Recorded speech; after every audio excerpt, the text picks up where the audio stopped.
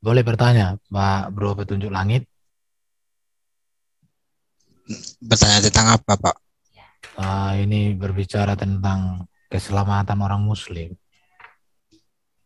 Kan begini kan, sepanjang yang saya tahu ya, nanti kalau salah diluruskan ya. Quran Surat Maryam itu kan 19 ayat 71 72, semua orang Muslim itu mendatangi neraka. Dalam beberapa penafsiran dikatakan bahwa memang masuk neraka ya. Baru Nabi sendiri juga tidak dapat menolong orang tuanya, anaknya, dirinya sendiri dan umatnya supaya selamat masuk surga. Pertanyaan saya mungkin sama bro, apa yang membuat bro begitu cinta kepada Nabi itu dan begitu bangga dengan keyakinannya, tetapi Nabi sendiri dengan segala keluarga orang-orang dekatnya tidak memiliki kepastian keselamatan? Boleh bro bagikan sama kita supaya kita mengerti, memahami apa yang bro yakini. Itu aja bro. Ya sebenarnya ini pertanyaan berulang-ulang sekali ya, udah 10 kali atau berapa kali bro ini. Tapi nggak apa-apa lah, oke lah, saya coba juga menjelaskan ya. Setidaknya buat diri saya sendirilah. Jadi sebenarnya ya kan, Islam ini Islam selamat, itu udah selamat. Islam itu kan artinya selamat, selamat, tunduk dan patuh gitu. Kami udah mengklaim diri kami ini selamat gitu kan, Islam selamat. Nah, terus masalah yang dibanggakan itu adalah apa ya kemarin ya? Udah lupa saya jawab. Eh Kalau masalah neraka itu tidak ada itu. Neraka mendatangi iya, betul. Masuk neraka semua enggak. Cuman bertamasya supaya bersyukur kan. Memang yang maha Apa? menyelamatkan Allah. Surah apa itu?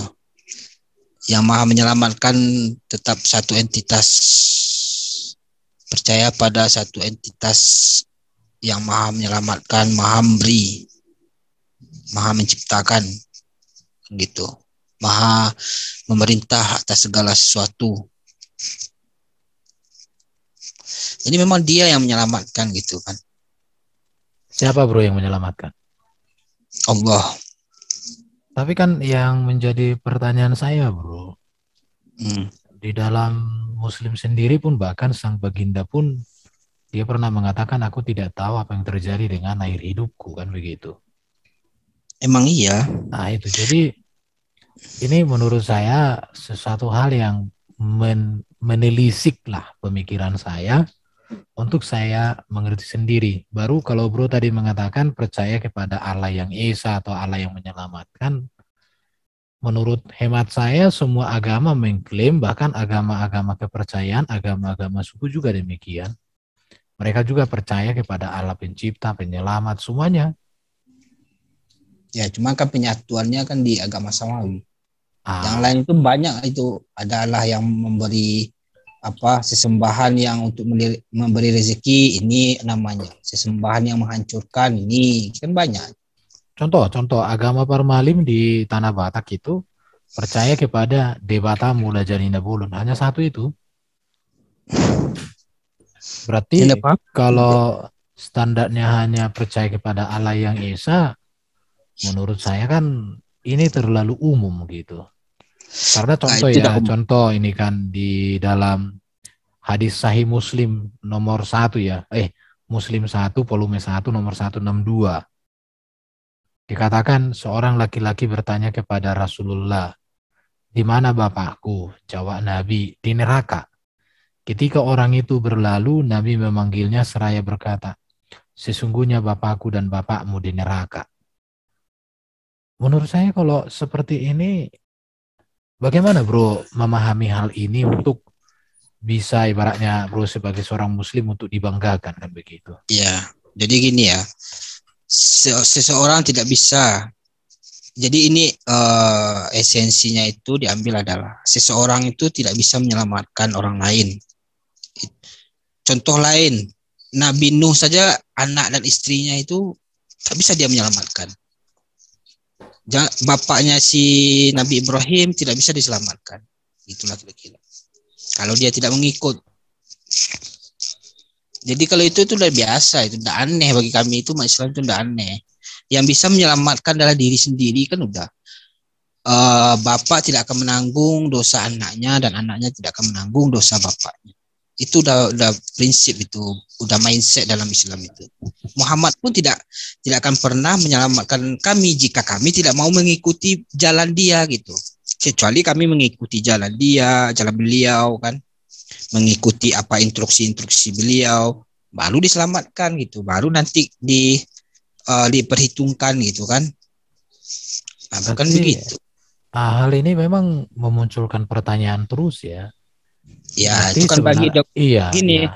Bro kan kan udah terpaku sama mindset kan gitu. Jadi kita kan perang mindset jadinya, perang dogma. Iya, makanya kan gini. Aku kan hanya bertanya aja sama bro ini. Contoh kan tentang ibunda Nabi Muhammad itu di hadis Sahih Muslim volume 2 nomor 924. Dikatakan begini ya. Nabi memohon ampun bagi ibunya tetapi ditolak. Dari Abu Hurairah katanya, pada suatu ketika Rasulullah SAW ziarah ke kubur ibunya lalu menangis. Maka menangis pula orang sekelilingnya, kemudian beliau berkata, aku mohon izin kepada Tuhanku untuk memintakan ampun bagi ibuku, tetapi tidak diperkenankannya. Kemudian memohon izin untuk menziarahi kuburnya, maka diperkenankannya bagiku. Karena itu pergilah kalian ke kuburan, karena hal itu mengingatkan kalian kepada maut. Berarti orang muslim kan banyak juga sekarang berdoa untuk orang-orang yang meninggal. Sedangkan sang baginda saja ditolak sama Allah. Berarti bagaimana orang muslim dulu melakukan itu? Okay. Jadi mindset awal ya, awal ya kan.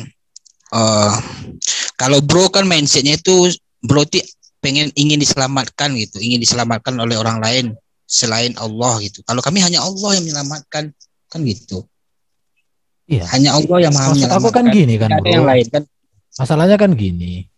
Siapalah orang muslim yang sudah diselamatkan oleh Allah itu, dan itu sudah dinyatakan begitu, karena sang baginda sendiri pun pernah mengatakan aku tidak tahu apa yang terjadi atas air hidupku kan begitu.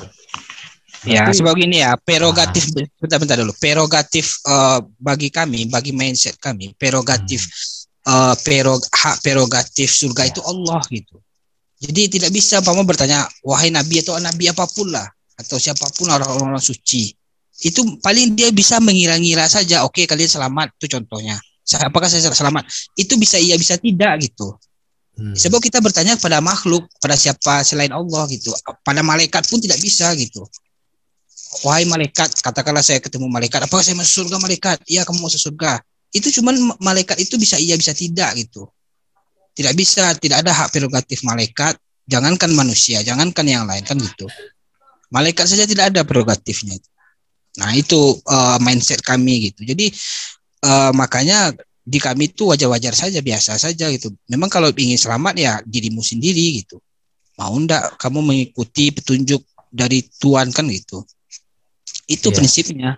Makanya kan gini bro kan, karena kita kan dalam ranah diskusi ini ya, karena kita kan ingin mengenal juga ajaran-ajaran saudara kita muslim baru. Makanya aku kadang baca dan saya rindu bertanya sama kawan-kawan muslim. Karena aku melihat ya, kalau di Allah PL dan PB ibaratnya itu ya, Allah yang disembah di dalam PL dan PB itu, janji keselamatannya itu pasti dan terbukti di dalam kehidupan para pengikutnya. Contoh kalau di PL, ada yang sudah selamat. Mereka contoh seperti Elia karena percaya kepada Yahweh.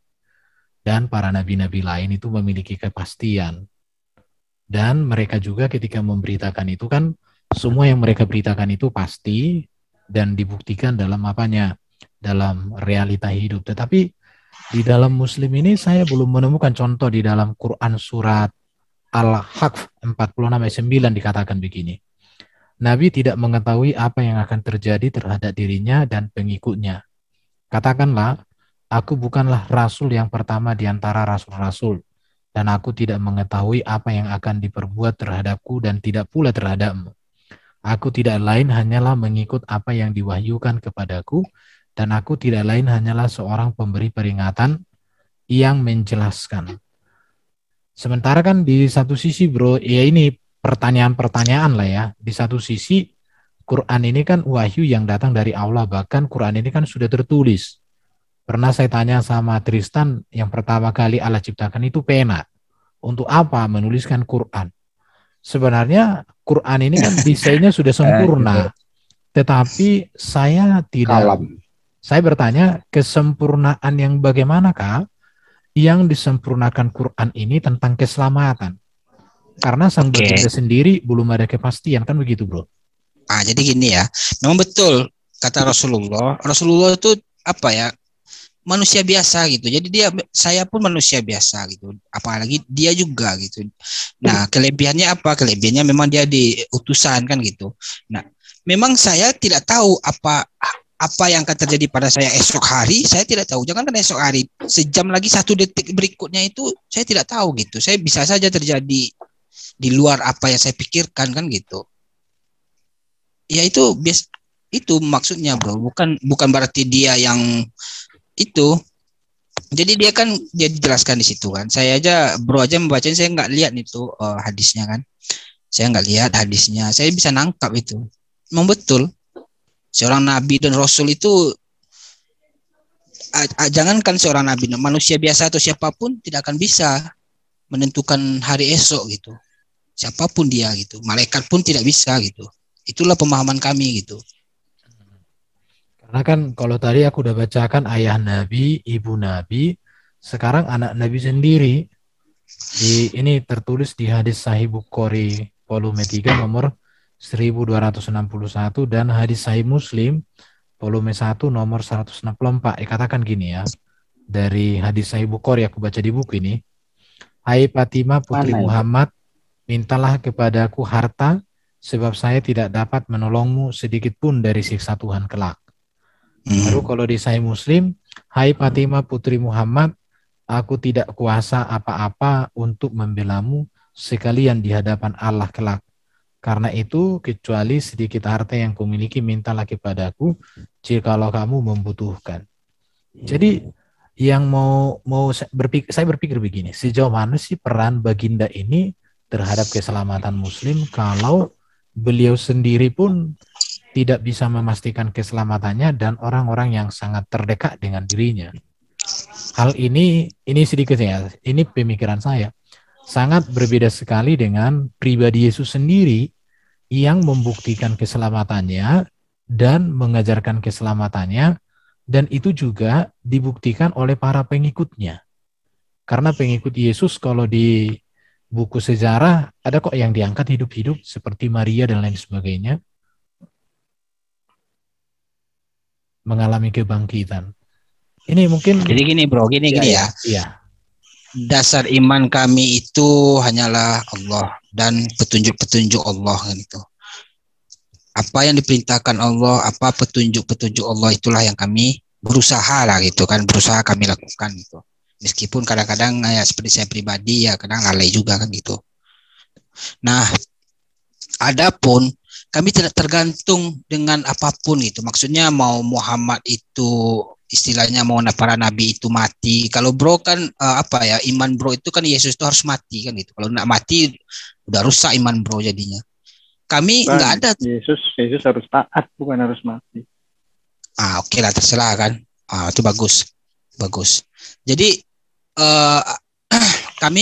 iman kami ini bergantung memang pada Allah gitu, pada petunjuk-petunjuk Allah, bukan pada Muhammad, pada Ibrahim. Memang pada petunjuk Allah gitu, melalui Nabi Muhammad. Muhammad ini kan cuman toa istilahnya, cuman penyampai. Enggak gitu bro, sorry aku potong ya.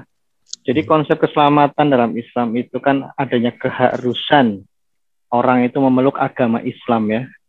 Nah, sedangkan untuk menjadi Islam itu kan harus bersyahadat dan itu mutlak harus ada nama Muhammad. Jadi secara boleh dikatakan secara teknis ya memang Muhammad adalah penentu keselamatan itu selain Allah tentunya. Ya, itu berdasarkan dalil yang tadi saya sampaikan ya, bahwa kan Muhammad membawa agama Islam dan menjadi seorang Islam itu harus syahadat. ketika kalian mempermasalahin, maaf ya, sebenarnya ini hanya bahasa hiperbolis. Ketika sejumlah oknum muslim mempermasalahkan konsep juru selamat di dalam Yesus Kristus, Kristenan, ternyata kalian juga punya juru selamat juga dalam tanda kutip gitu. Keharusan bersyahadat dengan nama Muhammad itu menentukan keselamatan kalian. Ya silakan ditanggapi kalau ini kan pandangannya bisa saja salah. Ya betul, nggak salah, itu benar sekali, itu 100% saya. Jadi gini ya, esensi dua kalimat syahadat itu kan yang pertama, dia beda esensi ini, jadi beda roh ini, maksudnya beda spiritual. Yang pertama itu kan asyhadu alla ilaha illallah, mengakui satu Tuhan gitu kan. Nah, yang kedua dan Muhammad Rasulullah. Nah, ini nih bagian dari syariat, maksudnya syariat gitu. Jadi ketika kita mengakui tapi kita tidak bersyariat, ya percuma saja gitu. Tidak, gimana ya? Dua esensi yang berbeda sebenarnya kalimat syahadat itu gitu. Loh, berarti maaf saya potong. Berarti menjadi seorang muslim yang Islam itu belum tentu selamat kalau dia tidak bersyariah. Iya, iyalah. Kan ada juga umat Islam yang, karena yang kami ketahui selama ini ya dari bicara diskusi kita tiap hari itu yang seingat saya ya, meskipun bersyariatnya misalnya lebih besar dosanya, itu pun tetap masuk surga meskipun harus transit di neraka dulu. Iya, itu kan dihukum dulu. Maksudnya kita awalnya aja dulu gitu. Ya itu kan udah tahap terakhir. Ujung-ujungnya memang surga juga.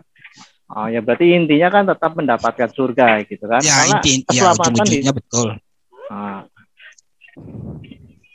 Ujung-ujungnya betul, tapi kan nyantol dulu di neraka. Kalau syariatnya nggak jelek gitu kan, nggak rusak gitulah kasarnya kan.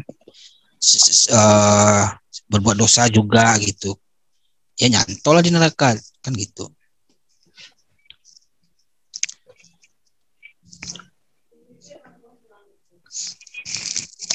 Jadi sebenarnya apa ya, Islam itu memang ya itulah ya, namanya kerajaan ya, harus patuh pada raja. Memang begitu. Sedikit bos. Nah tadi ada yang belum terjawab. Nabi Muhammad tidak bisa membantu menolong anaknya. Karena apa? Karena salah satunya di Islam itu orang tua memang tidak bisa menolong anaknya. Yang bisa menolong itu hanya anak kepada orang tuanya. Kalau hubungannya antara ayah dan bapak. Tapi kalau hubungannya antara Nabi Muhammad dengan umatnya yang lain gitu kan, itu sudah pasti bahwa Nabi Muhammad itu akan memberikan syafaat. Berarti salah satunya mungkin itulah. Berarti Pak Munir. Karena gini Pak Munir, sebentar. Karena gini bos.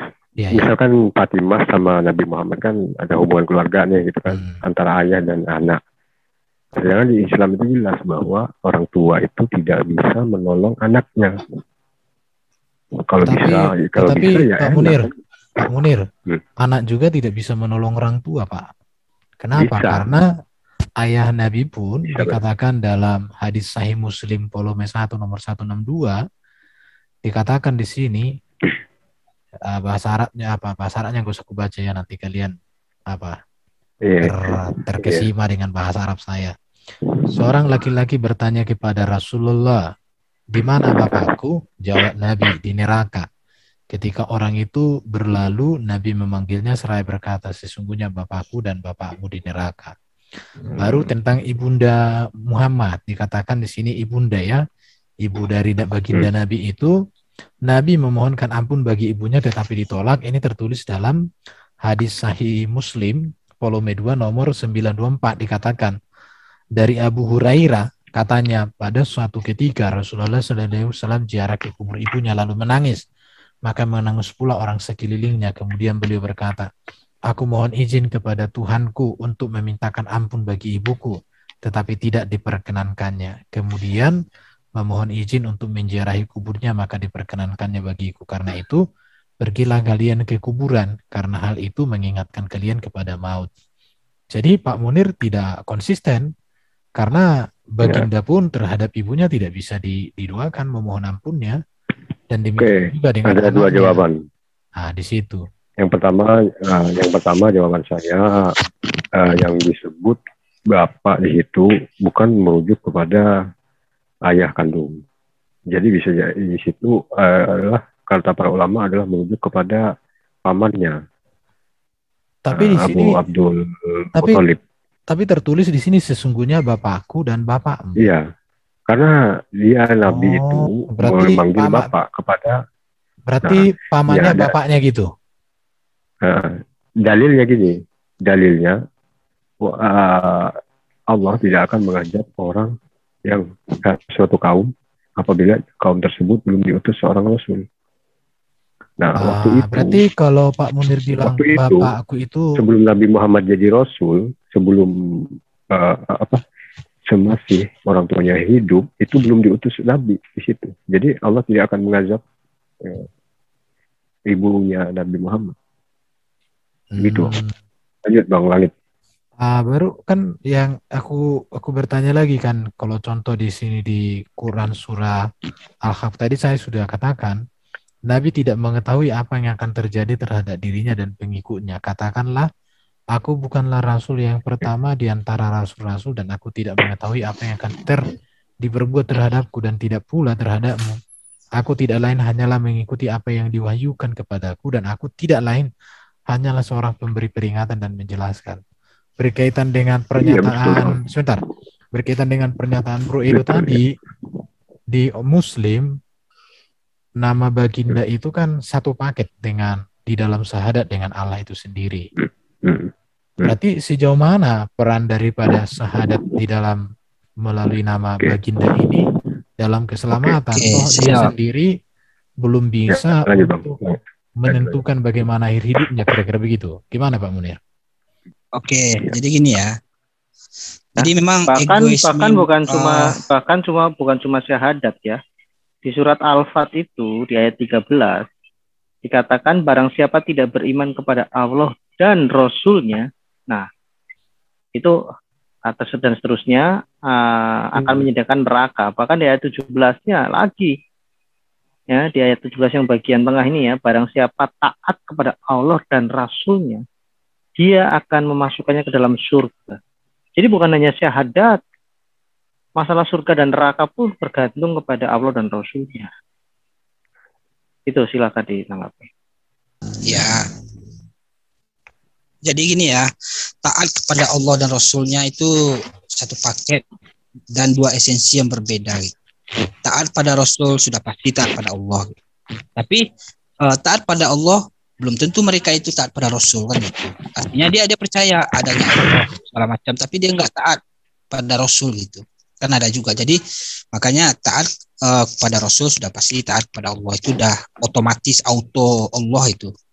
Jadi makanya kalimat syahadat itu dua esensi yang berbeda gitu. Muhammad ini artinya dan Muhammad Rasulullah itu artinya contoh gitu. Jadi yang diambil dari kalimat syahadat yang kedua itu adalah syariat yang apa yang dilakukan Muhammad itulah yang kami ikuti gitu. Kan gitu, bukan bukan meninggalkan syariat Muhammad terus kita minta egoisme Muhammad untuk kita di umatnya dipasukan, bukan begitu gitu. Kalau tidak mengikuti syariat Muhammad terus kita minta wahai Muhammad masukkan aku ke surga, kan nggak bisa kan gitu. Ya kan syariatnya kan sudah diberikan Quran. Kalau sekarang pusat umat Islam itu, atau katakanlah kami yang kira-kira gitu ya, misalnya sedang mempelajari Islam, mendapat hidayah, kalau berpusatnya kepada Allah saja dan Quran, apakah itu bisa? Sudah cukup? Kenapa harus masih bergantung ke nama manusia? Nggak bisa. Loh, Qurannya buat apa dong? Qurannya buat apa? Gini. Oke. Karena gini Bang, karena kita pas baru lahir, nggak mungkin langsung baca Al-Quran Bang. Tentu melewati para ulama dan ujung-ujungnya melewati Nabi Muhammad SAW. Para ulama pun tidak akan bisa membaca Al-Quran kalau tidak melalui Nabi Muhammad, kan gitu Bang. Enggak, ini masalah beriman. Tidak usah menyangkal Muhammad, ya tidak, itu diakui, dijunjung gitu kan. Eksistensi. Cuma yang jadi masalah secara prinsip di dalam syahadat dan keimanan, kenapa harus ada nama manusia? Kenapa kita beriman? Karena kita percaya kepada Al-Quran. Kenapa kita percaya kepada Al-Quran? Karena ada yang mengajari kita, yaitu Nabi Muhammad, kan gitu. Kalau kita tidak ada yang mengajari tentang isi Al-Quran itu, gimana kita beriman, Bang? Sementara kita nggak tahu isi dari Al-Quran itu. Kan? Ya, yang diajari Quran saat itu kan Muhammad mengajari ke orang. Kepengantaran Muhammad kan sudah selesai. Anda sekarang belajar ke Muhammad atau belajar ke siapa? Minal ulama warasatul anbiya wal mursalin. Ulama adalah pewaris para nabi. Jadi kita gini Pak ya. Saya ulangi lagi ya. Ini belum nyambung ke benang merah. Ini gini, nanti Pak Munir jawab ya. Ini supaya maaf saya potong-potong. Saya pesan nasi goreng lagi. Saya pakai analogi nasi goreng ya. Nasi gorengnya itu yang jadi utama saya, karena saya butuh makan, saya butuh kenyang, saya butuh sehat, butuh selamat supaya tidak kelaparan. Tapi nasi goreng itu harus nasi goreng dari koki yang namanya Munir. Kalau misalnya kurirnya Erben, ya, atau nasi goreng Erben, kurirnya Munir, saya sudah terima nasi goreng itu dengan baik dari kurir yang bernama Munir. Setelah saya makan nasi goreng itu, saya berterima kasih kepada Munir atau berterima kasih kepada Erben sebagai koki?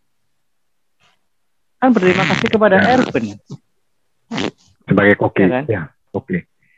Kalau enggak, saya perlunya nasi gorengnya Erben, saya nggak mau yang lain. Yang saya pentingkan adalah nasi goreng Erben dan Erbennya. Gini, oke, saya jawab. Oke, kalau sebenarnya gini. Kalau nggak ada kurir, kalau ini bisa nggak mie ayam itu sampai ke mulut Anda? Nggak bisa, mengganggu aja. Pasti, justru saya bersyukur ada kurir yang baik, begitu ya. Tapi setelah saya makan, yang jelas nasi goreng ini saya namakan nasi goreng Erben, bukan nasi goreng Munir. Itu. Lalu kenapa ketika saya meyakini nasi goreng ini membuat kenyang, saya harus mengatakan nasi goreng ini mengenyangkan saya karena nasi goreng ini dan sangat enak karena nasi goreng ini dibuat oleh Erben. Kan bukan nasi goreng ini sangat bermanfaat buat saya, kenyang enak karena nasi goreng ini diantar oleh Munir. Kan nggak nyambung. Ya. Quran sudah diturunkan kepada umat manusia. Kalaupun mau bersyahadat, kenapa tidak bersyahadat kepada Allah dan Quran? Artinya Anda merupakan kurir itu. Oh, oke. Berarti lebih penting kurirnya daripada nasi gorengnya gitu ya. Sebenarnya begini. Oke. Sebentar, Bro. Jadi begini ya. Oke lah, pamannya adalah seseorang orang lain yang ingin beriman, katakanlah begitu contoh kan, ingin beriman pada Al-Quran, dia percaya gitu beriman, terus dia ikuti petunjuk dalam Al-Quran, tapi dia tidak pengen ngakui Muhammad gitu. Justru orang ini tidak mengakui, bukannya tidak mengakui salah, bro. Tapi ini dalam hal yang tertulis di Quranmu dan penyebutanmu melihat mulut, kenapa harus selalu mencantumkan Rasul gitu? Iya.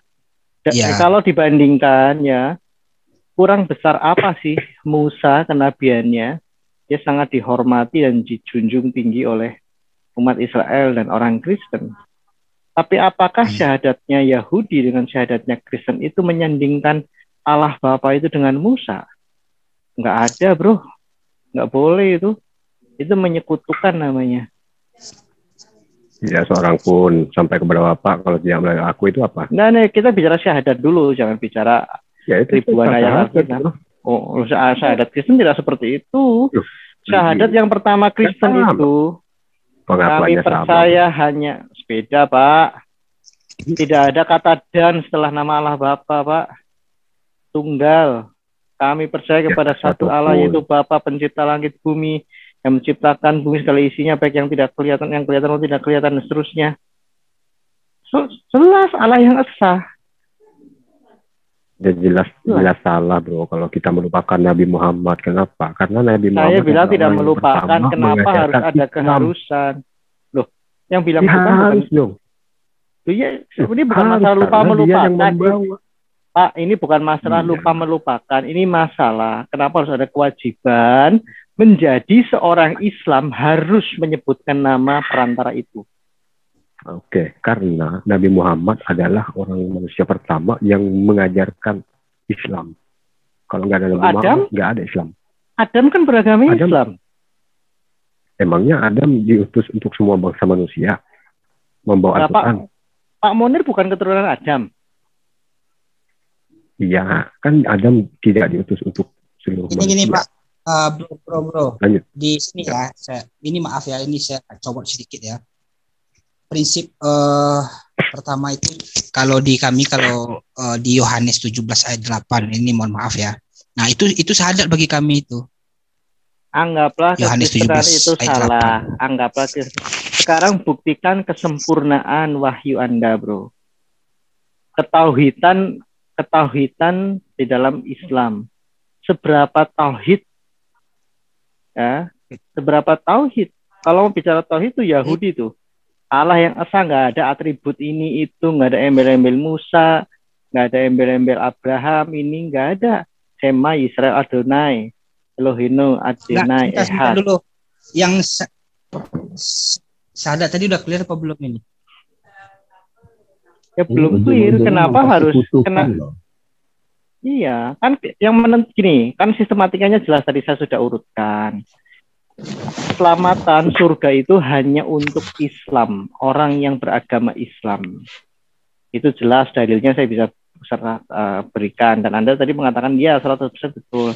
Yang kedua, menjadi seorang Islam itu harus bersyahadat. Ya kan? Bahkan tidak perlu, bentar ada suara.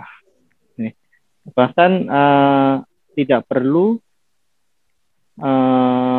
katakan tidak bersyariah begitu ya, tetap saja ujung-ujungnya masuk surga, meskipun nanti di Sirotol Mustaqim tuh dia mungkin jalannya lambat gitu, tidak secepat kilat gitu ya, siksa dulu. Nah, intinya harusnya Islam, dan Islam itu ditentukan hanya dengan bersyahadat. Mengapa?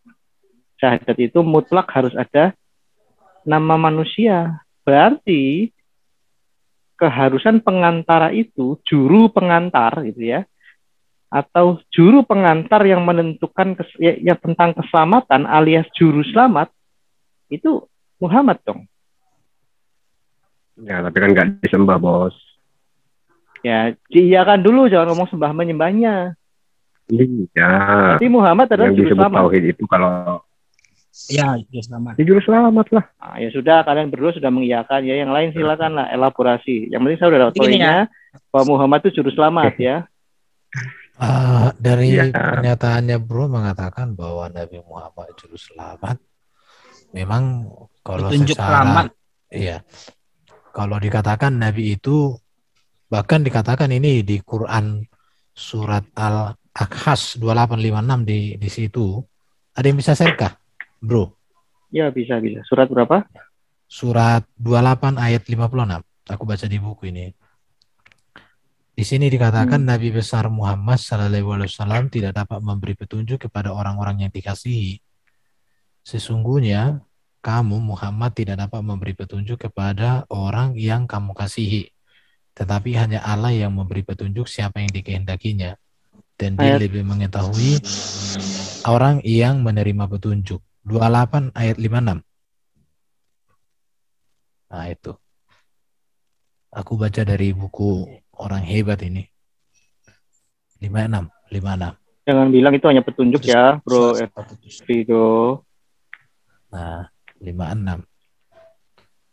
Nah, itu katakan sesungguh engkau Muhammad tidak dapat memberi petunjuk kepada orang yang kau kasihi. Tetapi Allah memberi petunjuk kepada orang yang dia kehendaki. Dan dia lebih mengetahui orang-orang yang mau menerima petunjuk. Okay. Nah, gimana itu Pak? Tadi kalian bilang petunjuk. Makanya sebentar. Pertanyaan besar saya tadi ketika Bro katakan bahwa baginda itu jadi juru selamat, tetapi dia sendiri tidak tahu dengan air hidupnya. Bagaimanakah seorang juru selamat tapi tidak tahu keselamatannya? Maka pertanyaan saya, keselamatan yang bagaimana yang bisa dia tunjukkan, kan begitu Pak? Ya, oke. Jadi begini ya, sebentar ya Pak ya. Jadi masalah syahadat tadi, ini mohon maaf saya kutip sedikit ya, logi lah kasarnya kan. Di Yohanes 17 ayat 8 itu kan gini bunyikan, sebab segala firman yang engkau sampaikan kepadaku telah aku sampaikan kepada mereka dan mereka menerimanya. Mereka tahu benar-benar bahwa aku datang daripadamu dan mereka percaya bahwa engkaulah yang telah mengutus aku. Nah, inilah syahadat. Kalau kami ini yang kami jadikan judul gitu, pertama gitu kan. Cuman itu kan Kristen, bro. Syahadat Kristen itu tidak mendasarkan syahadatnya kepada manusia biasa. Apalagi manusia yang mati. Sebentar dulu gini. Yang salah adalah ketika kekristenan mensyahadatkan dalam kredonya, pengakuan imannya itu bersyahadat kepada Musa, kepada Abraham, Ishak, Yakub, Daud. Itu salah, bro. Kami bersyahadat kepada Allah Bapa dan Yesus Kristus. Itu jelas konteksnya. Bahkan kami membedakan bahwa Yesus Kristus adalah Mesias yang dijanjikan itu jalan keselamatan itu. Iya, kan kita ibaratnya gini, Yesus kalau Alkitab kami adalah perkataan Tuhan AIUEO-nya, firman itu, firman yang menjadi buku. Masalahnya di kekristenan tidak ada firman yang menjadi, katakanlah Alkitab kami itu firman yang menjadi buku, kami wajib bersyahadat kepada Alkitab itu. Tetapi ini firman yang menjadi manusia, kami bersyahadat kepada keilahian Yesus Kristus dan kemanusiaannya. Tidak terus hanya kepada kemanusiaan Yesus Kristus. Kalau kami bersyahadat kepada kemanusiaan Yesus Kristus saja, itu kami akan lebih baik mungkin bersyahadat kepada Adam atau kepada Musa. Sebentar. Syahadat dan Muhammad Rasulullah itu artinya tahu nggak? Syahadat yang kedua itu. Ya jelaskan lah. Harus ada nama Muhammad. Ya, jadi kan begini ya. Mungkin artinya mungkin kurang. Jadi syahadat pertama itu kan asyhadu alla ilaha illallah, aku bersaksi tiada ilah selain Allah, dan Muhammad utusan Allah. Kan itu arti pemahamannya. Jadi kami mengakui, kami percaya Muhammad ini utusan Allah gitu. Rasulullah, Rasul itu kan utusan kan. Jadi dan Muhammad utusan Allah kan itu. Kan sama dengan Yohanes 17 ayat 8. Apa bedanya kan? Nggak ada bedanya. Loh kan utusan banyak. Utusan ya, kan banyak. Allah. Utusan dari Allah untuk kita umat. Gitu. Yesus daftar lah, jangan samakan dengan Nabi. Gini ya, kalian belum dapat poinnya. Gini ya. Mengapa kalau kalian ini mengusung tauhid ya? Sesempurna apa ketauhidan itu? Berpusat kepada Allah yang esa atau berpusat kepada Allah plus rasul tertentu? Kalau rasul-rasulnya masih oke lah kita terima gitu ya. Karena nggak mungkin bersyahadat kepada Allah dan Raja Alexandria atau Raja apa kan nggak mungkin. Raja Darius kan pasti kepada rasulnya. Tetapi kenapa harus satu rasul saja? Kalau misalnya itu berlaku untuk seluruh dunia. Oke. Jadi kita begini. Boleh melupakan orang yang berjasa. Ya lanjut. Jadi ketika kita sudah bersyahadat kepada Muhammad, kita sudah mengakui Muhammad itu utusan Tuhan, ya kan? Jadi nanti di situ di dalam itu kita akan mempelajari ternyata di dalam itu banyak sekali rasul-rasul kan, iman itu kan percaya kepada rasul-rasul, banyak rasul gitu. Isa, Musa, Ibrahim segala macam gitu kan. Kan melalui Muhammad kami dapatkan gitu. Terus melalui siapa lagi gitu? Melalui Muhammad, makanya itu dulu tidak melakukan itu. Putus. Bung Edo boleh nggak sumbang ini? Ya silakan. Nggak boleh. Ya gini Pak Langit ya. Jadi kami tidak anti dengan perantara gitu Pak. Karena perantara yang di Kristen sudah jelas Pak. Itu Tuhan Pak bagi kami. Kalau Bapak enggak, Muhammad itu bukan Tuhan, manusia biasa, kan gitu Pak. Kalau dia ditentukan untuk menjadi perantara, itu di mana dalilnya gitu. Lalu yang kedua, kalau misalnya dikatakan, misalnya aku percaya kepada Allah gitu ya, tiada Tuhan selain Allah, dan Qur'annya yang disampaikan oleh Muhammad, itu masih mendingan Pak. Saya bukan mau ngatur-ngatur itu, tapi Qur'an itu menjadi petunjuk untuk kepada Allah kan gitu. Tapi kalau melewati Muhammad, berarti Quran itu jadi tanda tanya gitu. Itu itu siapanya? Aku dikit bang. Perantara, yang perantara itu Muhammad atau Quran gitu? Aku dikit bang. Yang dibutuhkan manusia itu nasi gorengnya, Pak, bukan kurirnya. Ya. Oke. Pak Maiwe.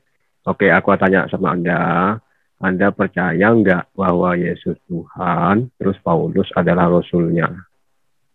Percaya nggak? Saya percaya. Nah, tapi saya tidak bersyahadat kepada Paulus. Saya tidak bersyahadat kepada Paulus. Iya, percaya kan artinya beriman. Percaya. Salah, Pak. Percaya dengan beriman tuh beda. Anda tuh jangan cuma menyempitkan makna iman itu dengan hanya sekedar percaya. Itu kalau di dalam Alkitab itu kalau gini, memang aku percaya, artinya aku percaya bersyahadat itu. Gini. Tetapi jangan menyempitkan, Pak, beriman kepada Allah, Tuhan yang mencipta, itu jangan Anda sempitkan hanya sekedar percaya kepada sesuatu. Kalau bicara iman kepada... selamat malam. Pak. Jadi kalau bicara iman ya dalam konteks syahadat itu, tidak boleh menyekutukan sesuatu Tuhan itu dengan yang di luar Tuhan. Makanya kata apakah kami menuhankan Muhammad dong? Apakah kami menuhankan Nabi Muhammad? Justru itu pertanyaannya, kenapa dia tidak bersifat Tuhan disyahadatkan? Kalau mau syahadatkan, kenapa tidak ke Quran? Loh, kami diperintah. Nah, sedangkan Anda menuhankan Yesus. Saya mengajak Anda berpikir, Pak. Saya tahu Anda diperintahkan. Kami kan jelas perintah. Putus-putus, Pak Hajar Aswad, putus-putus. Jangan dipaksakan bicara, putus-putus. Kami kan ada perintahnya. Perintahnya jelas. Berimanlah kepada Nabi Muhammad dan Allah sebagai Tuhan. Ya kalau cuma bicara iman, nggak usah dialog lintas iman, Pak. Ya silakanlah hidup dengan iman itu. Lalu bagaimana kita menguji? Anda kan juga ingin menguji iman kekristenan, gitu ya. Karena Anda mengkait-kaitkan antara tauhid dengan percaya. Kan selama ini kalian yang mempermasalahkan ketauhidan Kristen. Kalau Anda kan jelas, ya Yesus Tuhan katanya tadi, terus Bapak juga Tuhan. Itu gimana tauhidnya gitu? Kan sudah dijelaskan berulang kali, Pak Munir, perbedaan Yesus Kristus itu kemanusiaannya dan keilahiannya. Loh, yang mengatakan Yesus itu Bapak sudah ratusan kali ya, Pak Munir ini setahun capek juga gitu ya. Jangan seperti itu. Yang bilang kok. Emang Yesus Tuhan. Kami. Iya tuh. Pak Munir, gini Pak Munir. Kami percaya Yesus itu Tuhan, Pak. Jadi Tuhan itu menyelamatkan kami itu nggak ada masalah kan, Pak. Tapi ini, Pak, persyaratan yang Bapak tentukan. Yang dimaksud Tuhan oleh Pak Munir itu Bapak, Yesus bukan Bapak. Makanya harus hati-hati. Yesus bukan Bapak. Itu kan teologi Kristen ada bisa menjelaskan itu. Tapi ini mempersekutukan Tuhan itu loh, Pak. Yang nggak boleh, Pak. Dengan manusia, Pak. Yesus adalah firman. Yesus adalah firman, dan firman itu adalah Allah itu sendiri kan? Bapak kan mempersekutukan nih kalau kami pandang nih antara Allah dengan Muhammad. Kalau nggak menyebut nama ya, tidak Muhammad, dong, Pak. Kita kan nggak menyebut Nabi Muhammad, Pak. Gimana, ya. Pak? Ya, lanjut Bang Ibnu, lanjut. Ya, selamat malam, Pak. Antara Allah dan Muhammad ini, antara manusia dengan Tuhan ini, ya kan? Itu kan namanya mempersekutukan, Pak. Yang menentukan orang masuk surga loh, Pak. Yang menentukan orang masuk surga loh, Pak. Ngerti nggak, Pak? Bukan lah, Pak. Surga itu yang nentuin Allah, Pak. Ya, betul. Kalau nggak bersyahadat, bersaksi tentang Muhammad, masuk surga atau tidak? Jadi gini loh, Pak Maiwe. Intinya gini loh, Pak. Nih, baca Pak Ibnu nih. Ibnu Martin Luther nih ya. Baca Al-Fat 13. Barang siapa tidak beriman kepada Allah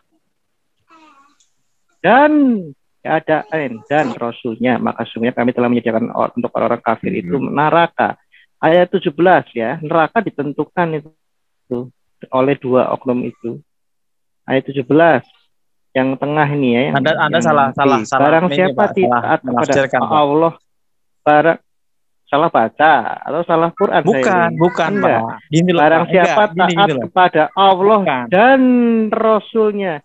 Pak, saya masih ada belasan ayat yang yang mengaitkan antara surga dan neraka dengan urusan taat kepada Allah dan Rasulnya. Lalu di mana ketauhidannya Allah yang sah? Betul. Sekarang pertanyaan gini, ada nggak di situ Rasul Muhammad atau tulisannya, Pak?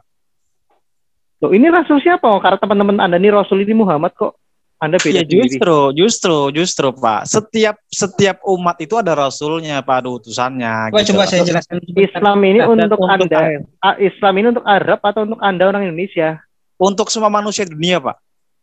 Ya sudah, kenapa Anda menyampaikan ini kok untuk itu setiap rasul, bangsa? bukan dua loh, Pak. Itu rasul aja, bukan rasul loh, Pak. Iya, intinya gini loh, Pak. Pertanyaannya gini, saya kan tadi dengarnya lucu gitu, Pak. Kita tidak pernah menyembah Nabi Muhammad, Pak. Gitu loh. Bukan kita masalah menyembah, ini lagi bersyahadat, Anda nggak nyambung. Ini kita ada kaitannya dengan penyembahan. Sekarang pertanyaan gini, Pak, syahadat itu masalah di mana gitu? Masalahnya itu apa? Menjadi Islam, Islam itu menentukan neraka dan surga. Untuk menjadi Islam, Anda harus bersyahadat dengan menyebut dua nama ini. Ya karena gini, Pak. Sini saya jawab coba dikit dulu. Sebentar. Enggak, sebentar, Pak. Jadi gini Pak ya, saya juga di sini tidak mau sok tahu lah. Saya juga pengetahuan saya terbatas. Cuma kalau terbatas jangan bicara, yang tahu saja Pak, dengan segala hormat. Anda kalau nggak tahu informasi apa yang mau kami pegang? Ya justru Anda juga jangan soto dengan Islam dong Pak. Anda bukan orang Islam kok soto dengan saya Islam? Bertanya. Berarti saya harus belajar Islam dengan Anda dong kalau gitu. Saya bertanya, kalau Anda nggak bisa jawab diam. Yang lain mau jawab. Ya justru saya kan mau jawab. Kalau ragu-ragu nggak usah. Enggak, saya nggak ragu-ragu. Saya yakin dengan Islam kok. Ya udah, jelaskan. Gini. Siapa jelas? Ya oke, jelaskan dulu, Bro. Lanjut. Nah, yang paham aja jelasin. Bang Ibno lanjut ini ya. Bang Ibno masih santri, belajar dulu. Ini Ustadz mau jelasin. Silakan Pak Bang. Dari tadi yang mau jelasin nggak menerima juga kok. Gini ya. Jadi Allah itu memang betul. Allah itu maha cemburu. Tidak mau dituakan. Masalahnya dia saja tidak tahu di situ disebut rasul siapa. Itu sudah itu poinnya adalah dia itu nol besar. Yang tahu saja lah yang ngomong. Muhammad gitu loh. Ya biarkan Pak Ibno dengan Pak Munir jadi santri dulu. Ini Ustadz Petunjuk Langit mau bicara. Silakan Pak Ustadz. Bukan. Santri diam dulu. Jadi gini ya. Kalau kalian sebentar ada. Jadi kalau kalian bilang ini bukan Rasul Muhammad, tetapi rasul-rasul yang lain, maka nanti pertanyaannya adalah keselamatan dalam iman muslim tidak mutlak beriman kepada Allah dan Rasul Muhammad. Berarti ada keselamatan di luar ajaran Rasul Muhammad. Artinya muslim tidak mutlak. Jadi ada konsekuensinya Pak Ibno. Jadi Pak Ibno Muhammad, Bro. Bukan. Muhammad. Gini. Jelas itu Muhammad. Iya, aku ngerti yang maksud Bro. Tapi kan Pak Ibno ini bilang ini bukan Muhammad saja. Tapi kalau begitu premisnya, justru ini menjadi pukulan telak bagi Pak Ibno Martin ini. Munir, napasmu jangan kayak gitu. Jangan kau tiup-tiup apanya, Pak Munir. Kayak apa? Kayak pasang jimat-jimat. Nggak mampan di sini jimat-jimat. Oke, udah silakan Pak Ib atau Pak. Oke ya. Pak Munir ya silakan. Saya sebentar ya. Jadi memang kita samakan persepsi. Mungkin persepsi Bro Allah itu maha cemburu kan, tidak mau diduakan gitu. Nah, kenapa di syahadat itu ada nama Muhammad gitu? Kan nggak mau diduakan kan gitu. Katanya tauhid. Di mana esanya? Oke, saya jawab ya. Jadi begini ya. Kami beriman kepada Allah satu-satunya Tuhan, tidak ada yang lain. Dan Muhammad adalah utusan Allah. Ini kan derajatnya berbeda itu. Kami tidak, kecuali kami beriman begini. Setuju bos. Derajatnya berbeda, kecuali kami samakan. Saya beriman kepada Allah dan saya juga beriman kepada Muhammad. Dia itu maha segalanya juga gitu. Itulah esensinya. Ini loh, baca surat Setuju Pak Bos.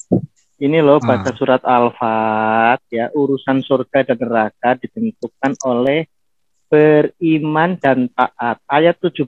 Iya, kita menyembah siapa, Pak? Nyembahnya siapa gitu loh. Anda ini bicara taat ini loh. Itu fokusnya dulu, nyembahnya kemana dulu nyembahnya gitu loh. Ini saya nggak mempermasalahkan masalah menyembah, Pak. Anda nggak nyambung. Jaka sembung bawa golok. Lah justru kan fokusnya di menyembah. Kita kan bukan menyembah Nabi Muhammad. Kalau taat Anda nggak nyambung. Kami dari tadi tidak bahas menyembah. Ya, kita ke Pak RT RW pun aja harus taat. Kita ke Pak Lurah aja harus taat. Anda gimana sih? Nih kita ya, saya pesan nasi goreng. Kita kan tidak menyembah polisi, Bos. Bentar, jangan kejang-kejang ya. Saya pesan nasi goreng. Ya enggak, Anda yang lucu gitu. Saya pesan nasi goreng, misalnya nasi goreng Munir. Yang saya butuhkan adalah nasi gorengnya dan Munirnya. Lalu karena Munir ini rame, warung Munir mengutus Ibnu. Setelah saya makan nasi goreng, saya berterima kasih. Ya Ibnunya sudah pergi ya, sudah modar misalnya.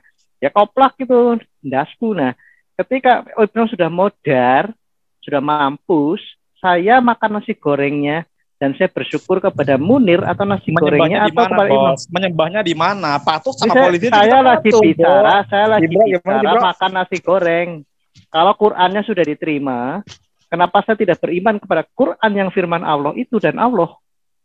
Yang seharusnya saya bersyahadat kepada firman Allah dan kepada Allah. Kenapa harus kepada manusia yang sudah modern? Muhammad siapa?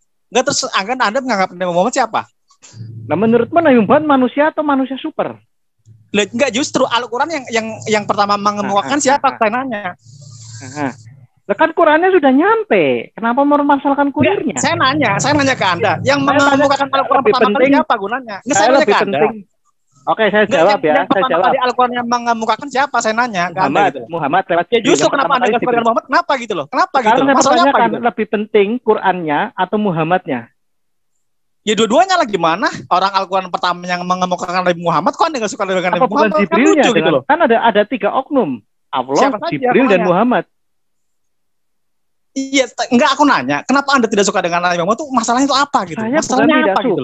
Saya mempertanyakan Anda ini Martin Luther Ibnu ya.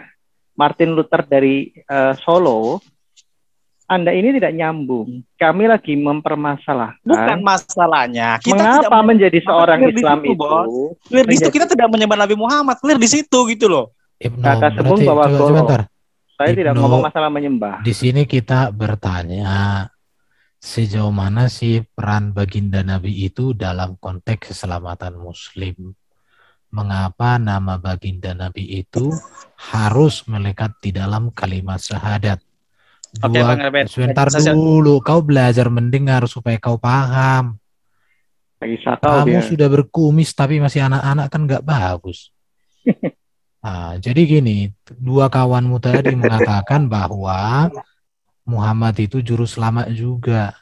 Tetapi pertanyaannya, baginda sendiri tidak tahu akan akhir hidupnya, bahkan dia tidak bisa menjamin bapak, ibu, dan anaknya, bahkan para pengikutnya. Pertanyaan kami, sejauh mana peran Nabi itu bagi keselamatan kalian? Sehingga begitu dia melekat di dalam kalimat syahadat kalian. Itu Pak Ibnu. Jadi jangan kau tarik, kami nggak menyembah. Esensinya bukan masalah menyembah, tidak menyembah. Nggak nyambung. Nah, itu. Oke Pak Ibnu, silakan. Oke, gini. Coba saya dulu. Saya lagi ya. Coba ya. Dikit ya. Dengar nih? Dengar. Jadi begini kan. Jadi memang egois Muhammad tidak bisa. Maksudnya tidak ada hak Muhammad. Oh, si A masuk si surga, silakan surga. Si B, ayo surga masuk. Itu tidak. Muhammad tidak bisa. Tidak ada kemampuan Muhammad seperti itu. Terus apa yang dikemampuan Muhammad? Muhammad hanya memberi petunjuk yang telah diberikan wahyu yang telah diberikan Allah itu. Nah, itulah yang disampaikannya gitu. Tapi egoisme Muhammad pribadi gitu kan, Muhammad sendiri itu tidak ada egoismenya untuk si A masuk ke dalam surga, si B masuk, si C masuk gitu. Atau ke neraka, dia tidak berhak gitu. Nah, itu maksudnya gitu. Cuman kalau yang pengen tahu oleh Allah. Kecuali Allah yang menerimanya gitu. Dia cuma bisa berdoa, dia cuma bisa memberi referensi, ya Allah masukinlah si Pak Munir ini ke surga gitu. Kalau enggak bagi Allah ya enggak, kalau enggak ya iya. Iya, berarti kan yang lebih penting, karena teman Anda ini Ibnu Martin Luther KW itu tadi bilang sama pentingnya Muhammad dan Quran. Menyamakan Muhammad dengan Quran secara level. Itu Ibnu Martin Luther. Karena gini, Bro. Direvisi. Tadi menyamakan loh levelnya loh. Iya, memang sama. Dengerin dong. Ya, gimana? Saya boleh ngomong nggak nih? Ya, udah benar itu, mentaati Allah dan Rasulnya. Kalian harus percaya itu, Bro. Iya, bukan maksudnya saya gini loh Pak. Maksudnya tadi Bro Edo itu yang saya tangkap kemudian apa namanya? Ya kan memang benar kita harus menaati Allah dan Rasulnya kan, cuma bukan kemudian kita menyembah gitu loh Pak. Kita kalau taat, kita dengan orang tua kita juga harus taat gitu loh. Dengan nggak nyambung, nggak ada orang yang mempermasalahkan menyembahnya. Aduh. Enggak, terus gini, terus masalah dengan taat itu kenapa? Masalahnya apa gitu loh Pak? Dengan taat itu masalahnya apa gitu loh? Kita lagi bicara hubungan antara keselamatan itu, surga dan neraka, dan ketauhidan. Mengapa harus ada, ya di tadi surat Al-Fat 48 ayat 13 dan 17, harus beriman pun harus kepada Allah dan Rasulnya. Ayat 17, Allah dan Rasulnya. Kenapa tidak cukup kepada Allah saja? Karena perintahnya karena gitu. Gini loh, Pak. Karena gini loh Pak. Sekarang saya belajar ke Anda deh Pak. Sekarang saya belajar ke Bro Edo lah. Saya pengen kenal Tuhan Pak. Itu ke siapa kira-kira Pak? Orang yang ditanya dan kemudian bertanya itu berarti nggak tahu, lebih baik diam. Ya justru kan saya kan bodoh nih Pak. Saya kalau bodoh gini, saya kan kenal Tuhan. Saya kasih siapa gitu loh Pak. Ibnu gini. Sekarang kan kita bertanya tentang ajaran Muslim dan itu tadi. Sekarang kalian tugasnya untuk menjelaskan. Iya Pak.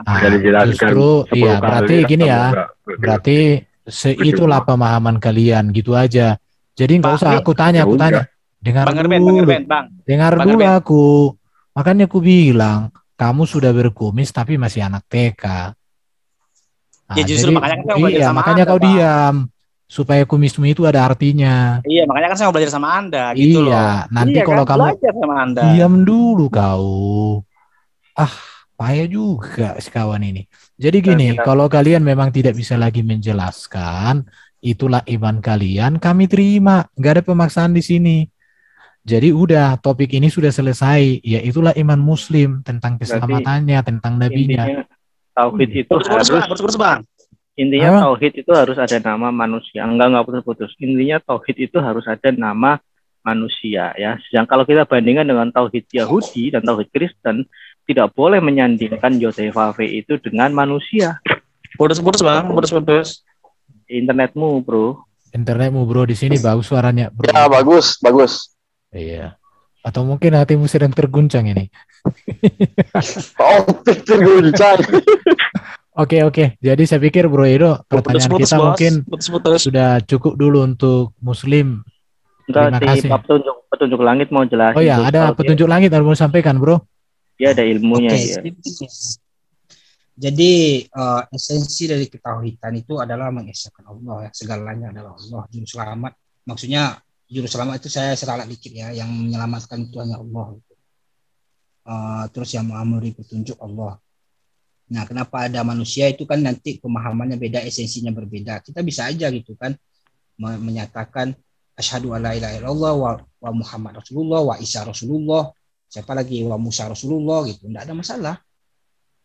Mau 10 atau wa Isa Rasulullah dan nama ibuku aku umpamanya ada nama ibuku siapa gitu kan enggak masalah gitu. Coba ini esensinya berbeda, tiap mereka ini disebut wa Isa Rasulullah, wa Musa Rasulullah, wa Daud Rasulullah, siapa lagi utusan Allah gitu kan, kita sebut semuanya pun tak masalah kan gitu. Serius nih, berarti kata Rasulnya di situ itu tunggal, bisa siapa saja, termasuk kami bersyarat kepada Allahmu itu dan Yesus Kristus sebagai Rasulnya, kayak gitu. Nggak, maksudnya Muhammad dulu, maksudnya gini kan Muhammad terakhir nih dalam asyhadu alla ilaha illallah wa Muhammad Rasulullah wa Isa Rasulullah wa Musa Rasulullah. Tidak masalah. Gitu ya. Iya, emang tanya aja coba tanya. Enggak, saya ketawa itu yang masalah menertawakan substansinya, menertawakan Anda bro. Anda merevisi tadi. Jadi ada yang pertama itu kan satu tunggal Rasulnya, bukan Rasul-Rasulnya bro. Iya, yang masalah itu asyhadu alla ilaha illallah, Isa Tuhan gitu. Itu masalah itu. Ada kok yang orang bersadar kayak gitu, orang convert dari Kristen ke Muslim, asyhadu alla ilaha illallah wa Muhammad Rasulullah wa Yesus Rasulullah. Gitu. Ada saya dengar di YouTube itu.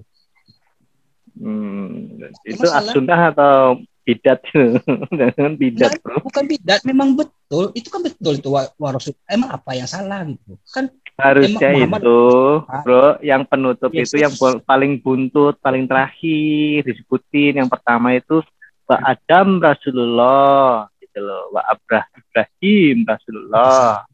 Nah, iya masalah. Kita kan bisa percaya utusan Tuhan semuanya itu. Tapi kan nggak perlu juga panjang-panjang. Muhammad Rasulullah itu udah lengkap semuanya. Saya nggak yakin ini adalah mewakili ajaran Islam yang sunnah, bro, sunni as-sunnah ya. Jadi saya kalau pikir ini mewakili percaya aja lah. Ya udah, kalau mewakili kita saja ya, saya anggap bukan kebenaran. Maksud ini masalah syahadat tadi ya, masalah syahadat bukan yang lain-lain ini. Nanti jangan pula yang lain. Masalah ini syahadat. Kan hukumnya jelas. Yang selamat adalah yang beragama Islam. Itu kalau nggak di surat 53 atau surat berapa itu. Nah, itu jelas yang selamat adalah yang Islam. Sedangkan menjadi Islam itu harus bersyahadat dengan nama Allah dan Rasulnya. Iya. Jadi tadi kalian pun sudah mengatakan Muhammad itu bukan sekedar petunjuk jalan, tetapi juru selamat. Bukan petunjuk keselamatan. Pemahamannya nanti beda-beda, nanti konotasinya itu yang takut saya. Kan gini, ada juru antar, hanya juru antar, penunjuk jalan lah istilahnya. Ini kalau dengan analogi nasi goreng tadi, nasi goreng ini identik dengan si pengantar ini atau si pengantar ini hanya sebagai juru antar saja? Juru antar saja. Penunjuk ini salah apa? Ini salah ininya, bro. Salah contohnya salah gitu. Oke, gini, keselamatan itu mencakup Allah, Quran, dan Rasul, atau cukup bisa Allah dan Quran saja untuk terkait keselamatan umat manusia? Esensi dari keselamatan itu mentaati Allah dan Rasulnya. Mentaati Allah. Mentaati Allah. Kemana? Kita bicara esensi. Tidak sama Al-Quran nih. Yang dimaksud esensi itu begini. Tadi saya butuh makan. Esensinya adalah saya makan. Dan untuk saya bisa makan dan saya kenyang hidup, saya harus makan nasi goreng. Dan nasi goreng yang bisa membuat saya hidup adalah nasi goreng Munir. Jadi secara esensi saya butuh makan dan butuh hidup karena nasi goreng Munir. Bukan nasi goreng Munir yang ada kurirnya Ibnu misalnya. Ibnu kan sudah modern misalnya, sudah mampus. Jadi yang saya bisa hidup karena saya makan dan saya bisa makan cukup dengan nasi goreng, hanya oleh nasi goreng. Dan nasi goreng itu harus nasi goreng Munir. Saya hidup makan bukan karena nasi goreng Munir yang diantar Ibnu. Karena Ibnu bisa modern. Oke, jadi begini, bro. Ngapain saya inget-inget Ibnu yang modern gitu. Ibnu modern kok dipikirin. Lagi mumet ya. Ibnu, contohnya begini, bro. Sebentar. Bukan Ibnu, makan nasi gorengnya. Bentar. Ibnu, kamu udah berkumis. Jadilah perilaku orang berkumis. Jangan kayak anak-anak. Loh, saya dari tadi nggak ngomong modar-modar loh, Bang. Temen lu yang tadi nggak barat loh, Bang. Kamu ketawa. Kan namamu Martin Luther. Martin Luther itu sudah modar dan Ibnu bukan namamu. Kan saya lihat KTP-mu. Makanya kamu jangan pakai nama yang orang sudah modar. Ya biarin aja kan nama di online. Nggak masalahnya apa? Ya makanya ini yang modal online. Kok kamu ribet? Kan yang kamu masih hidup. Iya, Martin Luther udah mati. Lanjut diskusi. Santai. Jadi begini ya. Mentaati Allah itu seperti apa? Mentaati Rasul itu seperti apa? Ya, kurirnya itu gini, mungkin lebih cocoknya itu cara bikin nasi goreng itu. Saya nggak tahu cara bikin nasi goreng. Saya harus buat nasi goreng, bukan langsung makan. Lu yang esensi kan Qurannya atau Rasulnya saya tanya. Quran dong. Jadi begini kan. Dua-duanya lah gimana sih? Beda-beda kali ya. Jelaskan aja taat kepada Allah itu seperti apa, taat kepada Rasul itu seperti apa. Coba ini ya, saya mau sampaikan ini sedikit ya, bahwa di kalangan Muslim sendiri, bahwa dosa yang tak terampuni, yang tidak mungkin bisa lagi masuk surga, artinya di neraka terus kalau dosa syirik, benar atau tidak? Benar. Betul ya. Setuju. Jadi dosa syirik itu adalah mempersekutukan Tuhan, toh. Benar. Betul. Nah, ini yang kita mau bahas. Apakah kalau menurut Anda dikatakan di Al-Quran taat kepada Allah dan taat kepada Rasul itu mempersekutukan atau tidak? Tidak dong, Pak. Nah, itu stop dulu dari situ. Kalau kita mau kaji lebih dalam lagi, taat itu apa artinya? Selevel nggak sama Tuhan taatnya? Itu selevel dengan firman nggak nih? Gini dulu, taat kepada Allah selevel nggak dengan taat sama Muhammad? Oke, boleh saya jawab nggak, Pak? Jawab. Oke, nih Pak Langit boleh saya jawab Pak ya? Atau Pak Langit dulu silakan Pak. Oke, lanjut. Kalau nggak ada ilmunya jangan jawab. Oh iya Pak Langit, oke, gini Pak, ini Pak Cawat tadi ya. Jadi gini Pak, jadi menurut saya gini loh Pak, taat kepada Allah dan Rasulnya, sebenarnya ada ayat lain Pak, taat kepada Allah dan Rasulnya dan ulil amri Pak, pemerintahan di negara tersebut gitu loh. Jadi ketika nambah lagi dah. Ngarang lagi itu ada ayatnya Pak. Ini bukan saya itu ada ayatnya ulil amri minkum. Di mana itu Pak? Pak Muntir tahu nggak Pak? Saya lupa Pak. Itu ada ayatnya yang jelas. Allah ati rasul ulil amri minkum. Ada ya Pak Langit ya? Ada Pak Langit ya? Kalau lupa diem dulu lah. Pak Langit ada ya Pak ya? Ya, kalau masih lupa diem dulu Pak. Ngapain Bapak di sini membawa hal-hal yang lupa? Enggak, gitu? Ya, nggak ada 3 kali masa syahadat Pak. Udah singkirkan dulu ulil amrilnya. Jadi gini Pak Ibnu, usahakan Bapak kalau diskusi itu jangan meninggalkan rongga yang besar untuk memunculkan pertanyaan yang lebar. Bapak harus menjawab bila penting tuntas gitu. Ya, saya sedang menjawab Pak, gitu iya, loh. Tapi jawaban Bapak itu nggak tahu datanya, begitu ditanya datanya nggak ada. Bukan Pak, bukan karena. Ya udah mana datanya, mana datanya. Anda tidak suka dengan jawaban saya, kan lucu di situ orang. Bukan. Saya Muslim kok itu pertanyaan Muslim kok Anda ya. Jadi gini, saya percaya kepada kitabmu, bukan kepada ocehanmu. Gitu loh. Enggak, ini kan Anda bertanya tentang Islam, Islam yang jawab. Tiba-tiba kok Anda salah saja, berarti saya harus belajar Islam ke Anda dong kalau gitu dong. Gini, Anda yakin ayatnya ada tapi lupa gitu, ya udah lanjutkan. Itu demi Allah ada Pak, kita harus taat kepada ulil amri juga gitu loh. Orang misalnya semacam pemerintahan di negara tersebut ya, ada. Sebelum masuk ke ulil amri itu dua kalimat yang mengatakan taat kepada Allah dan taat kepada Rasul. Saya bilang taat itu selevel nggak? Oke, saya jawab Pak ya, gini Pak. Taat kepada Allah dan Rasulnya Pak, ya maksudnya adalah kita taat kepada Al-Quran juga dan hadis-hadis yang ada diturunkan oleh Nabi. Nggak ada Pak. Sebentar. Taat kepada Al-Quran nggak ada. Sebentar, jangan dipotong Pak, jangan dipotong dulu gitu loh Pak. Maksudnya gini loh Pak, maksudnya itu gitu Pak, kan di Al-Quran itu ada hukum-hukum Pak, di hadis pun ada hukum-hukum. Jadi adanya Nabi Muhammad kan menjadi contoh Pak, teladan buat manusia. Karena kalau manusia nih ada nih miliaran di dunia gitu kan. Terus Tuhan mau nyuruh siapa coba? Apa Tuhan ngomong langsung ke manusia? Ya kalau di Islam sih tidak Pak. Kalau di Islam tidak, dia menyuruh utusan. Dan utusan pun dalam Islam pun banyak. Sebelum Nabi Muhammad pun ada utusan. Oke, saya respon, saya udah ngerti. Gitu, sama halnya begini. Tadi Anda nyinggung-nyinggung ulama. Ulama itu menjelaskan. Ulil amri Pak, ulil amri Pak. Iya, oke lah, siapa itu yang ketiga itu? Dia menjelaskan apa yang ada di Al-Quran, betul nggak? Betul. Apa yang di Al-Quran itu? Saya jawab dulu ya. Pak Ibnu. Pak. Jangan cocok logi. 459 itu bercerita tentang pelindungmu di dunia Pak, sebentar ini. Pak, satu-satu Pak. Bukan bercerita tentang kau harus syahadat dengan itu. Itu pelindungmu siapa saja. Coba buka Quran 459, ulil amri itu termaksud pelindungmu, namun itu menjadi kontradiksi lagi. Jadi gini, padahal di ayat yang lain, saya jelasin ya. Saya jelasin sebentar. Di ayat yang lain jelas ya, satu-satunya pelindungmu itu hanya Allah. Lalu Allah lupa dengan ayat itu, dia menurunkan lagi ayat surah 4 ayat 5. Okay. 9.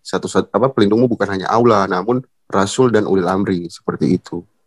Oke. Ngikut aja lah. Ya, supaya jelas ini ya, agak saya kontraskan. Kita bilang ulama lah, ulil amri begitu ya.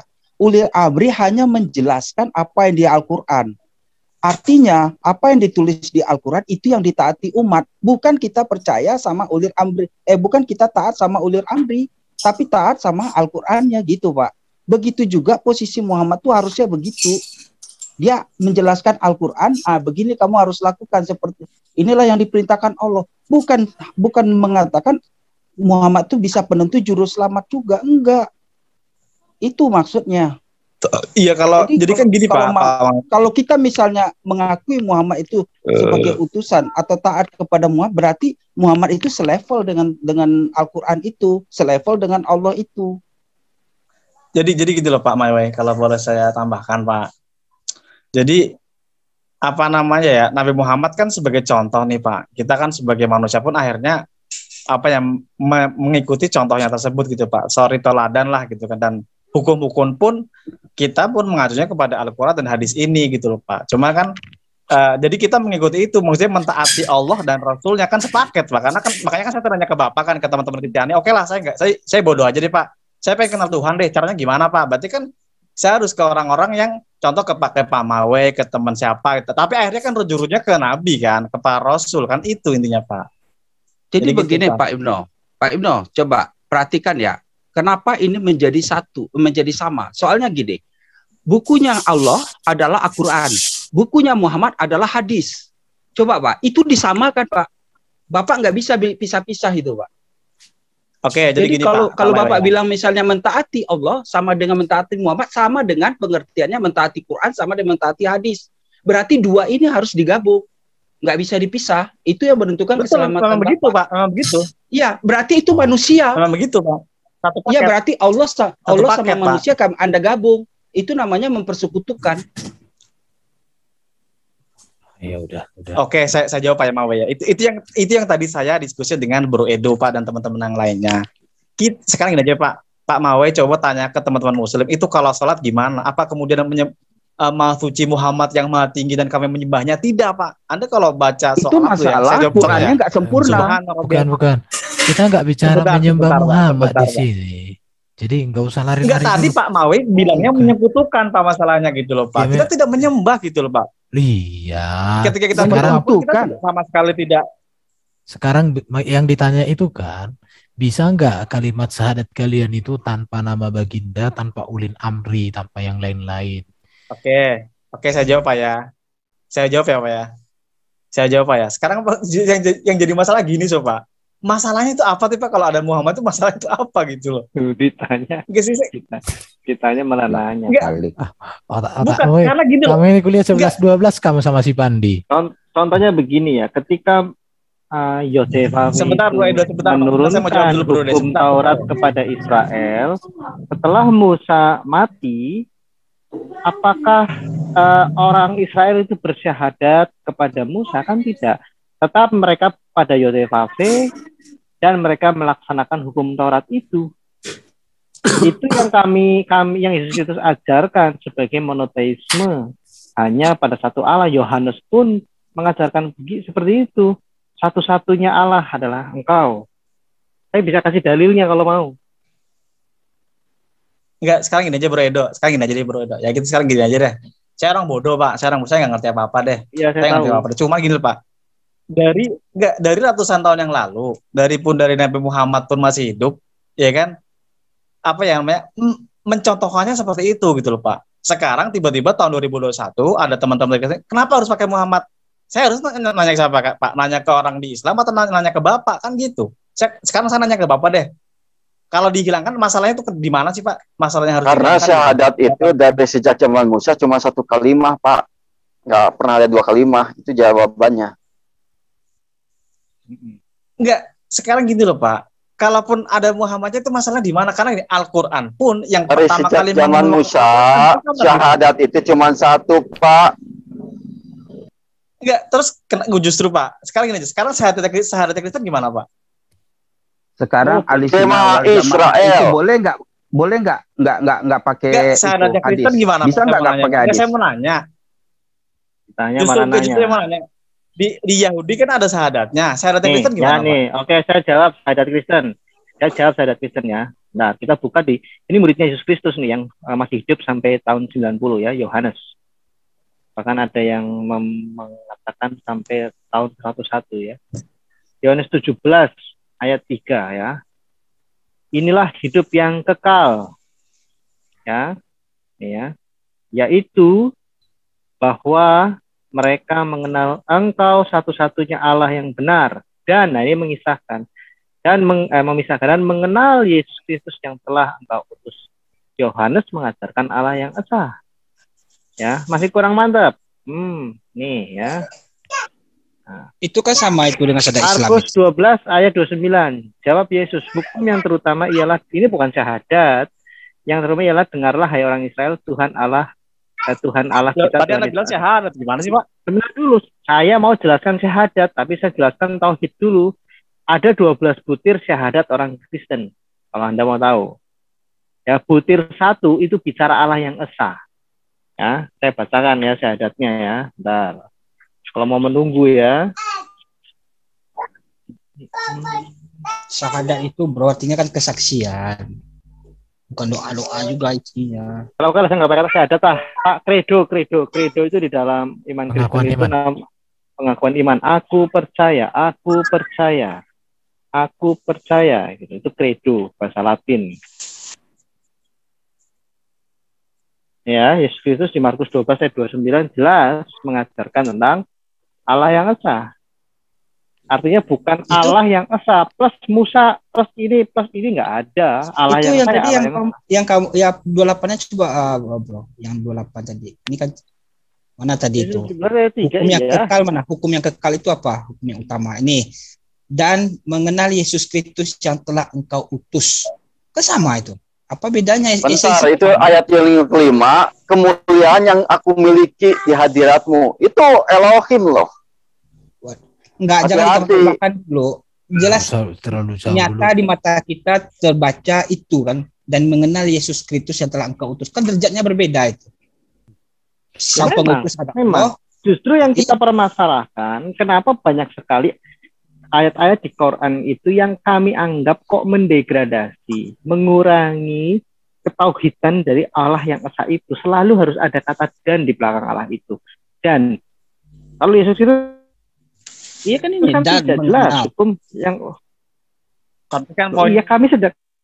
Kamu nggak paham bro gini. Ini tidak menyembah. Kalian itu kan mengusung tauhid yang sempurna. Dalam ekspektasi kami ini sebagai orang yang katanya tidak sempurna tauhidnya, kami berharap, kami mengekspektasi kalian itu bisa berdiri Allah yang esa itu tanpa harus ada atribut di belakangnya dan Rasulnya. Seperti Yahudi bersyahadat tanpa menyebutkan Musa di belakang nama Yosefave. Itu kurang ajar. Paham? Jadi ini ayat-ayat ini bukan bicara tentang syahadat, menyekutukan tidak. Karena terus Yahudi kenapa tidak menerima Kristen, Pak? Dulu Anda nggak nyambung. Emang Yahudi memang tidak menerima Kristus. Apa? Mesias. Kami hanya terpisah jalan masalah kemesiasan. Gitu. Kalian nggak paham arti Mesias, bro. Yang dia Pak, yang diusap. Ya, pengusap gitu. Kalau bahasa Kristen pengusap itu tukang pijat. Oke, apalagi ya, Paulus. Nah, kita bicara 1 Korintus 8 ayat 6. Syahadatnya jelas. Ini dasar-dasar dari ayat syahadat ya. Nanti kalau syahadat itu kan banyak, bukan hanya masalah Allah yang esa, ada gereja, ada Roh Kudus dan sebagainya. Ini Rasul Paulus. Namun bagi kita hanya ada satu Allah saja, yaitu Bapa, yang daripadanya berasal segala sesuatu dan yang untuk kita hidup. Dan satu Tuhan ini bicara tentang kemesiasan, bukan manusia biasa. Kecuali kalau Yesus ini tidak ada kata Kristus dan tidak ada kata Kyrios atau kata Tuhan ini.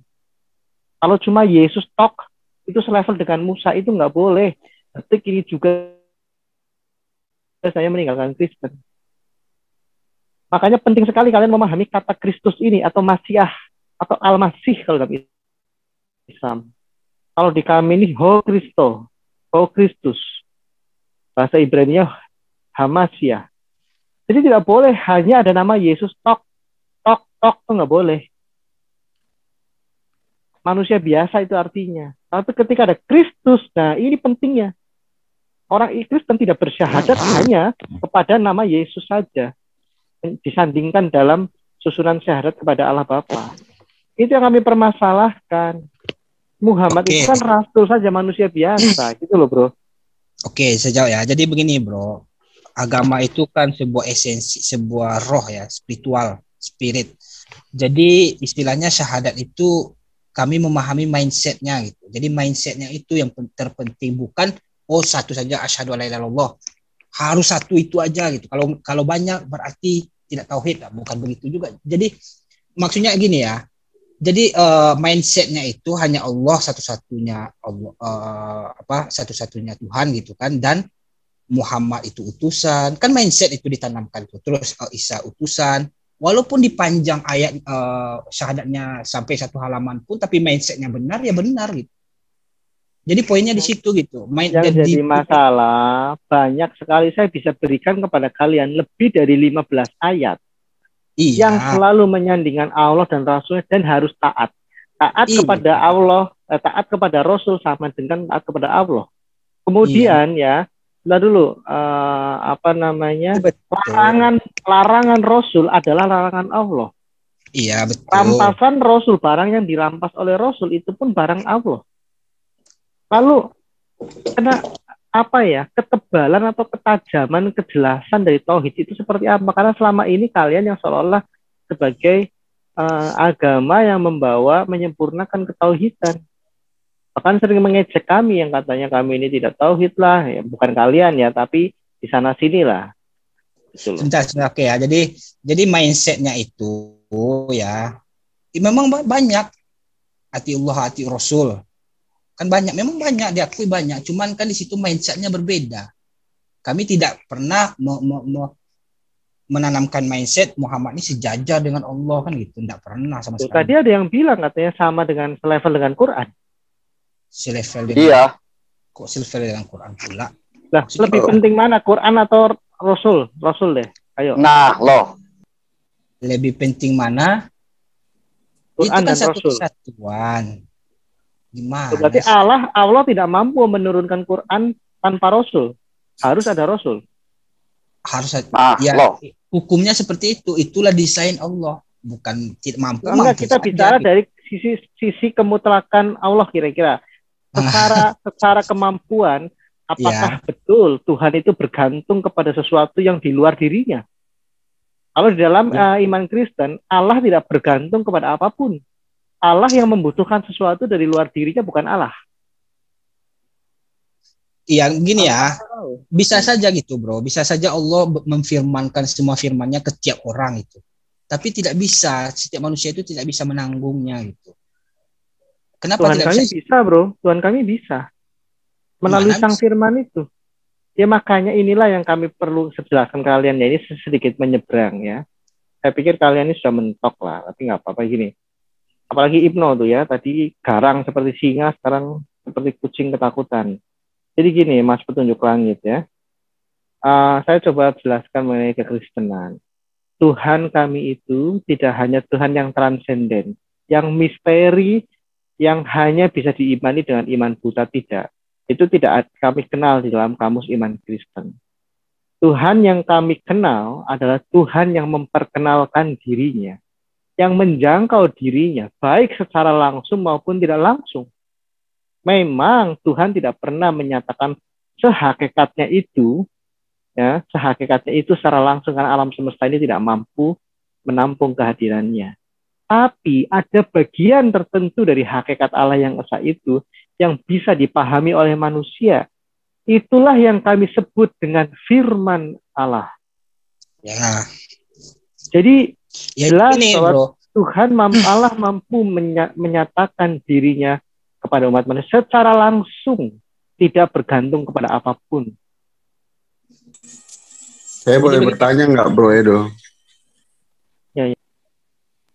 Ya, untuk Pak Langit, saya baca itu Ibnu Tamamiyah sama Al-Ghazali itu saling bantah mengenai nur cahaya Muhammad yang sudah ada. Jadi konsepnya Tamamiyah adalah Muhammad ini sudah ada sebelum dunia diciptakan, nur cahayanya ya.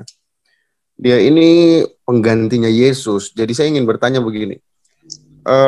Ibnu Ghazali kan menolak itu. Lalu dia mengatakan dengan jelas ya, bahwa syafaat dari Muhammad ini, Allah pun tidak mampu menolaknya. Anda setuju atau Anda punya dalil jika syafaat Muhammad itu bisa ditolak Allah nggak? Silakan. Ya, Allah punya hak prerogatif gitu. Jadi memang nanti Muhammad lah yang akan mereferensikan gitu kan. Jika kita selalu ingin berselawat, nanti Muhammad mereferensikan kepada Allah si anu. Tapi hak prerogatif ya tetap Allah gitu. Mana dalilnya bahwa Allah mampu? Saya minta dalil, Pak. Saya tidak minta tanggapan ya. Saya minta dalil karena saya mampu menunjukkan dalil bahwa Muhammad bilang syafaatnya itu akan pasti jadi kepada umatnya. Allah tidak pernah, saya ingin dalil, Pak. Mana dalilnya bahwa Allah lah atau Allah bisa menolak syafaat dari Muhammad ini, karena konsep juru selamat kalian ada di sini loh untuk menggantikan peran dari Isa. Nggak ada dalilnya Allah menolak. Jelas syafaat Muhammad itu pasti diperhitungkan oleh Allah, pasti berat. Garis bawah ya, pasti, bukan diperhitungkan, Pak. Pasti dijadikan. Jangan bilang perhitungkan. Kalau perhitungkan berarti ada iya dan ada tidak. Iya, betul. Oke, pasti ya. Berarti konsep juru selamatnya Muhammad di situ kan? Menggantikan Isa. Iya, betul. Wow. Itu kejujuran itu saja yang sebenarnya kita cari, bahwa Muhammad itu. Ini ya. Ya. Tiap rasul itu memberikan syafaat kepada Allah, nanti memberikan referensi umatnya itu. Nabi Isa enggak ada dalilnya, Pak. Enggak, ini kan itu. Tadi kan teologi Islam, tapi kan tadi enggak ada dalilnya itu. Saya udah tahu itu. Kok enggak ada dalilnya? Sebentar saya carikan.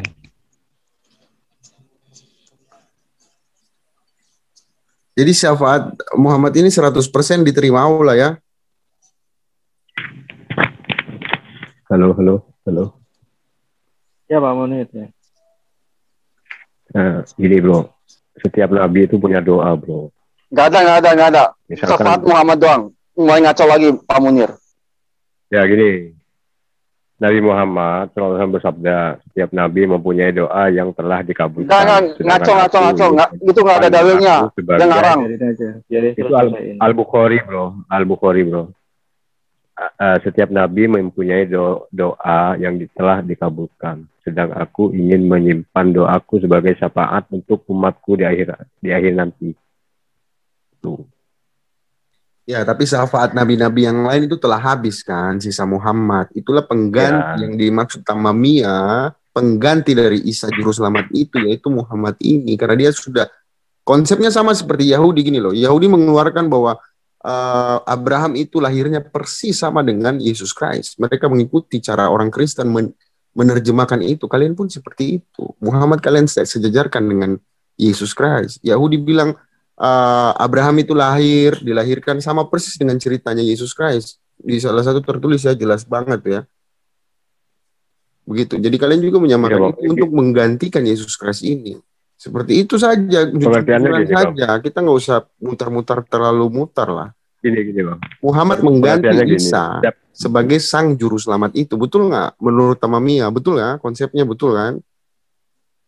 Gini. Pengertiannya gini. Setiap nabi itu mempunyai doa yang mustajab. Ya, yang nabi yang lain sudah habis. Isa Muhammad kan? Ya. Nah, Ibrahim sudah sampai situ. Jadi Al-Ghazali menolak itu. Kamu ambil Al-Ghazali atau tamamiyah? Nur, bisa nggak jelaskan Nur Muhammad? Bisa nggak? Nggak bisa, Pak Munir nggak bisa. Nur Muhammad itu hadisnya ada yang mengatakan bahwa itu tidak sahih. Pak Munir nggak bisa jadikan narasumber lah, udahlah. Hadisnya aku bawakan Muhammad hadis itu yang kedua, nurnya, cahaya Muhammad itu sudah ada sebelum dunia diciptakan. Muhammad ini sudah ada, gitu loh. Jadi cerita baru-baru ini untuk menggantikan atau menutupi kisah atau menyamakan dirinya dengan Yesus Kristus. Seperti itu saja. Nggak usah ditutup-tutupi, biar Muslim yang mendengar ini mengerti, tidak dibodoh-bodohi lagi, gitu loh. Tapi tadi udah ngaku kok mereka bahwa memang Muhammad itu juru selamat juga. Setara dafar Elohim. Setara dafar Elohim, yaitu Yesus Kristus. Yesus Kristus dafar Elohim. Logos itu. Jadi Muhammad itu setara Al-Quran secara tidak langsung, benar? Iya, karena Nabi Muhammad itu saya mendengar dari Pak Munir bahwa Muhammad itu setara Al-Quran. Ini kayaknya pendapat dia nih. Kata istrinya, Bunda Siti Aisyah, Nabi Muhammad itu adalah Al-Quran yang berjalan. Itu gimana? Itu kan salah namanya. Masya Allah, mantap banget. Tunjukkan dalilnya. Ini mantap nih. Ya, esensinya sebelum saya menunjukkan dalilnya, aku menunjukkan satu hadis lagi nih. Oke. Boleh lah, 100 hadis juga nggak apa-apa. Nabi Muhammad SAW bersabda, ada sekelompok kaum yang keluar dari neraka karena syafaat Muhammad SAW. Lantas mereka masuk surga dan mereka diberi julukan Jahannamiyin. Ya, Jahannam. Iya, betul. Itu ada di Al-Bukhari itu, kalau nggak salah. Nah. Lalu di mana apa hadis Nabi Muhammad setara dengan Al-Quran? Aku cari dulu. Hadisnya sama kayak gini ya. Al-Munir. Profesor matematika itu kan bisa dijuluki ini kan, profesor matematika bisa dijuluki ini orangnya ini rumus yang berjalan gitu. Iya betul itu. Ya sudah, jangan direvisi ya perkataannya ya. Udah kita pun. Mantep ini. Enggak ada loh. Mantep nih. Ini harus tunjukkan dalil nih, Pak Munir. Saya pengen tahu nih sambil belajar. Berarti memang mempersekutukan ya. Jangan kita itu dulu. Kita pengen dalilnya Pak Munir nih. Mantep ini. Saya ingin tahu juga nih. Mantep. Aku bacakan ya. Aisyah radhiyallahu anhu ditanya mengenai akhlak Rasulullah SAW. Beliau menjawab, akhlak Rasulullah adalah Al-Quran, hadis riwayat Ahmad. Memiliki hakikat. Saya pikir salah ini bukan pengertian ke situ. Loh, itu hadis riwayat Ahmad loh. Ini kan sama dengan kita nih. Kita ini adalah surat yang terbuka. Itu sama dengan itu pengertiannya. Ini ngaco nih Pak Munir. Bagaimana mungkin Muhammad itu setara dengan Al-Quran? Ngaco ini. Ya artinya nggak apa-apa Pak. Itu namanya mempersekutukan. Yang salah itu kalau sirik itu, Nabi Pak. Muhammad Sirik itu, dengan Pak. Tuhan. Itu sirik loh. Bang. Yang salah itu kalau menuhankan Nabi Muhammad. Kamu kan enggak. Loh, kami juga tidak membapakan Yesus Kristus kok. Ketuhanan Yesus Kristus itu artinya lebih kepada ketuhanan, kepenguasaan sebagai raja. Tapi kan keyakinan Anda adalah Yesus adalah firman dan firman itu adalah Allah itu sendiri. Firman Allah berada dalam diri Allah. Kemanusiaan Yesus Kristus bukan firman. Yang firman adalah asal usul dia dan hakikat keilahiannya. Jadi jangan langsung mengatakan Yesus sang firman, artinya sang firman itu bentuknya manusia, tidak seperti itu. Sang firman menyatakan diri Bapa. Sang firman tidak pernah menyatakan dirinya. Sang firman adalah bagian dari diri Bapa. Ketika sang firman menyatakan diri Bapa, eksistensi Bapa itu tidak melalui Yesus Kristus, itu untuk apa dulu? Apakah untuk menunjukkan bahwa Bapa itu manusia atau firman itu manusia? Bukan. Menunjukkan keselamatan, kepengantaraan. Jadi clear dong ketika menjelaskan, makanya baca Yohanes 1 itu jangan cuma ayat 14. Baca ayat 1 dan ayat 18. Ayat 18 jelas, tidak ada yang melihat Allah, yang menyatakan ada anak tunggal Allah. Jadi kekristenan itu sangat indah gitu. Bisa menjelaskan Allah yang esa, yang saklek sesuai dengan syahadat Yahudi, sema Israel itu, syahadat Israel, dan sekaligus menjelaskan Allah yang hadir di tengah-tengah manusia itu. Makanya kalau baca syahadatnya Kristen itu bukan cuma 2 kalimat, Pak. Ada belasan kalimat itu bicara jelas. Urutannya Allah yang esa, yang kedua kemesiasan, yang ketiga bicara Roh Kudus, yang keempat bicara gereja, yang kelima bicara tentang Alkitab sebagai dan sebagainya. Itu syahadat Kristen, Mbak. Tidak hanya dipersempit, maaf ya, syahadat Kristen tidak dengan 2 kalimat saja. Itu zaman waktu di Israel. Setelah dinyatakan kalau Pak Munir lebih pilih mana, Al-Quran atau pilih Muhammad? Dua-duanya, Bro. Karena kalau nggak ada Nabi Muhammad, kita nggak tahu Al-Quran. Loh, kalau nggak ada Nabi Muhammad. Kalau di dalam Taurat itu, kalau menolak firman, berarti menolak Elohim. Ini saya bacakan 1 Samuel 15 ayat 26.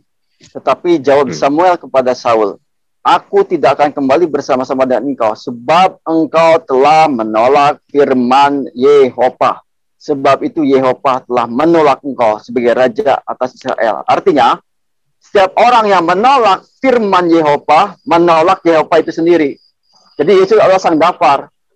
Jadi Yesus itu setara dengan Yehova karena dia sang dafar. Menolak Yesus, menolak Bapa. Itu konsekuensinya. Jadi begini ya bro, umat Islam memahami firman itu adalah mindset ya. Jadi firman itu adalah ajaran dari Tuhan, mindset dari Tuhan, petunjuk dari Tuhan. Itu tuh disuruh kita sholat, disuruh kita puasa, itu firman gitu. Firman ayo kita jalankan itu. Bukan, jangan berpikir secara substansi. Oh firman itu rohnya si Muhammad atau bukan, itu hilang esensi firman itu gitu. Jadi firman itu adalah bagi kami sebuah pengajaran dari Tuhan, mindset dari Tuhan gitu. Perintah dari Tuhan. Meskipun sekarang udah berbentuk buku kan, tapi hilang pun bukunya itu kami masih tetap berfirman, mengikuti firman gitu. Apa firmannya? Kami sholat, ketika orang sholat, nah itu kan firman itu. Firman yang kami satukan di dalam kehidupan kami sehari-hari kan gitu. Kami puasa, kami berkorban. Nah itu maksudnya, bukan diri Muhammad itu adalah apa? Mana Muhammad? Oh ada Muhammad di depanku terus aku sujud-sujud. Dia firman, bukan itu. Jadi esensinya itu secara ajaran gitu kan, petunjuk dari Tuhan, mindset dari Tuhan, pengetahuan yang datang dari Tuhan gitu. Nah itu yang firman gitu, esensinya yang langsung datang dari Tuhan, yang dititipkan melalui malaikat Jibril gitu kan gitu. Bukan kita memahami secara substansi, oh Muhammad terus kita sembah-sembah, gitulah kira-kira ya kan, saking mengagung-agungkan firman. Iya betul. Kalau kayak gitu, kalau seperti itu jadi bersayap bro, multitafsir, abu-abu. Iya memang iya bro, firman itu memang petunjuk. Al-Quran itu kan petunjuk isinya itu, tanda-tanda. Sholat, perintah sholat itu firman. Salah satu sifat Allah itu kan mutakalim, maha berfirman, bukan maha berpetunjuk loh.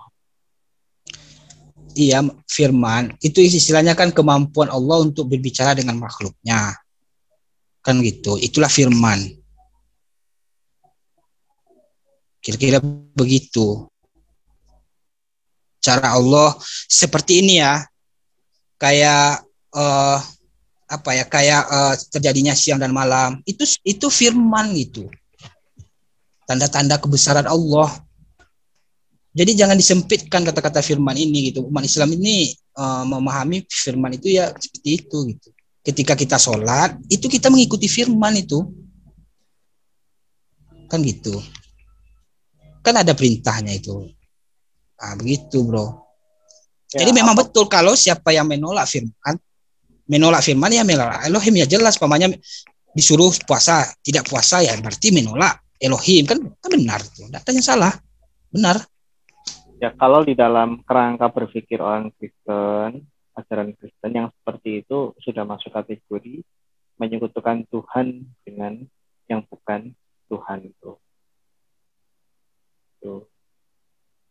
Misalnya Yesus Kristus, kalau tanpa Kristus di belakangnya dan kata Kyrios atau ketuhanan dia itu tanpa ada makna ilahi, sia-sia. Kami tidak boleh menjunjung tinggi Yesus saja gitu, yang namanya Yesus tidak bisa. Yesus Kristus itu bukan bicara manusia yang dialahkan, tidak, tetapi Allah yang menyatakan dirinya dalam misi keselamatan dan dalam rupa manusia untuk menunjukkan kepada manusia itu arti tentang ketaatan, karena manusia sudah kehilangan kemampuan untuk taat. Nah, melalui Yesus Kristus, kami manusia ini bisa kembali menjadi manusia yang memiliki kodrat taat, kodrat tidak berdosa. Jadi jelas, tidak berdiri sebagai manusia biasa, tidak. Iman Kristen tidak seprimitif itu.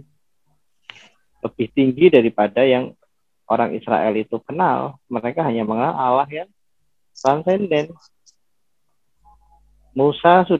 Ketika Musa wafat, ya sudah. Mereka melanjutkan kepada Sema Israel. Tidak terus ada Sema Israel plus Sema Musa.